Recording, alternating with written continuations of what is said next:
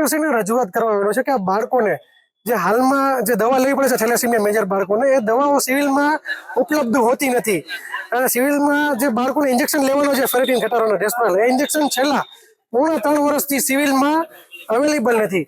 અને સાથે સાથે જોવા જઈએ તો અમુક જે દવાઓ છે જે સિવિલ પૈસા બચાવવાના માટે જે દવાઓ લે છે તે દવાઓ અસર કરતી નથી. તેના કારણે દવા ચેન્જ કરવાની પણ રજૂઆત સિવિલ સુપ્રિન્ટેન્ડન્ટ મેડમને અમે 7 દિવસ પહેલા કરેલી હતી. પરંતુ 530 બાળકો સિવિલમાં તેમજ 750 પ્લસ બાળકો સમગ્ર સૌરાષ્ટ્રમાંથી જ્યારે સિવિલમાં દવા લેવા આવતા હોય ત્યારે મેડમ શ્રી અમને એક જ જવાબ આપ્યો છે કે અહીંથી કંઈ થશે નહીં, અમારા હાથમાં કોઈ પણ જાતની સત્તા છે નહીં, તો તમે ગાંધીનગર ચાલ્યા જાઓ. હવે આ બાળકો જે બીમાર છે, પોતાને 15 દિવસે 10 દિવસે બ્લડ ગોતવું પડે છે, રોજની 12-15 દવાઓ લેવી પડે છે, એ બાળકો ગાંધીનગર કોને રજૂઆત કરવા જાય? શું સિવિલ પાસે આટલી પણ સત્તા નથી?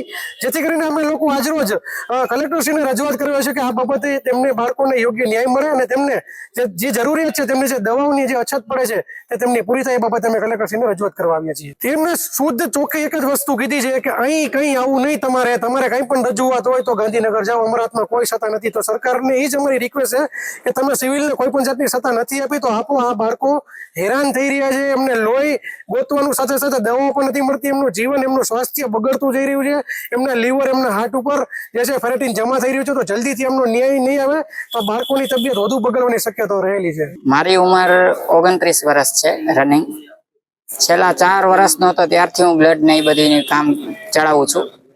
હવે આપણે સિવિલ હોસ્પિટલમાં થેલેસમિયાની દવાઓ નથી, એમાં કેલ્પર જે દવા આવે છે એ બહારથી પરચેસ કરવી પડે છે. તો એ સિવિલમાંથી ફ્રીમાં આપે છે, તો એ ક્યારેક હોય છે, ક્યારેક નથી હોતી. અને અમુક દવાઓ જે અવેલેબલ છે એ એવી છે કે જે છોકરાઓને માફક નથી આવતી.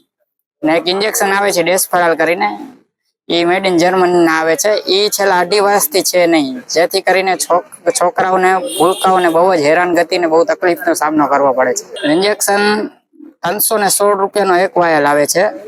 એવા કોક રોજના 2 લેતા હોય, કોઈ રોજના 1 લેતા હોય. તો આજે મધ્યમ વર્ગના વ્યક્તિઓ પરચેસ ન કરી શકે તો એમને દુઃખી થઈને પોતાના છોકરાને ભગવાન ભરોસે છોડી દેવું પડે છે.